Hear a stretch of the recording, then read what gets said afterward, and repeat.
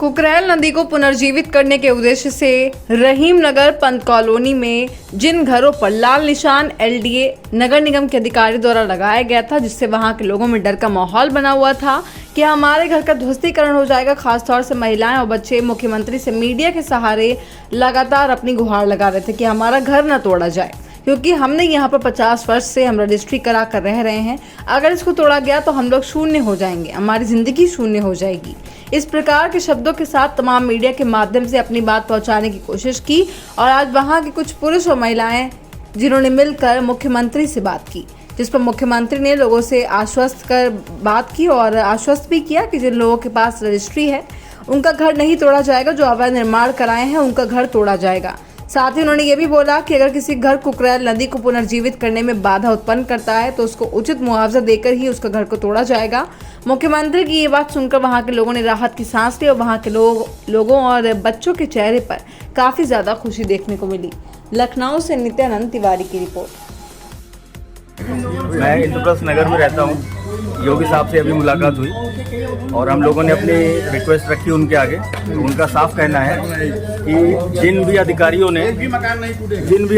ने वहाँ पे निशान लगाए हैं और ये जो भ्रम का माहौल फैलाया है कि मकान टूटेंगे, उन सब के खिलाफ कार्रवाई की जाएगी।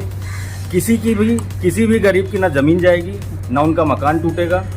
नदी की चौड़ाई वहाँ पे कम से कम रखी जाएगी और ऐसी व्यवस्था बनाई जाएगी कि कभी भी भविष्य में वहाँ पे बाढ़ का या नदी का पानी मोहल्ले की तरफ ना जाए। अधिकारियों को स्पष्ट निर्देश है कि आप लोग वहाँ पे नदी का इस तरीके से विकास करें कि किसी का भी ना मकान टूटे, ना किसी की ज़मीन जाए, और अगर इन केस किसी का मकान या ज़मीन जाती है गलती से भी कम चौड़ाई में, तो उसका उचित मुआवजा भी दिया जाएगा।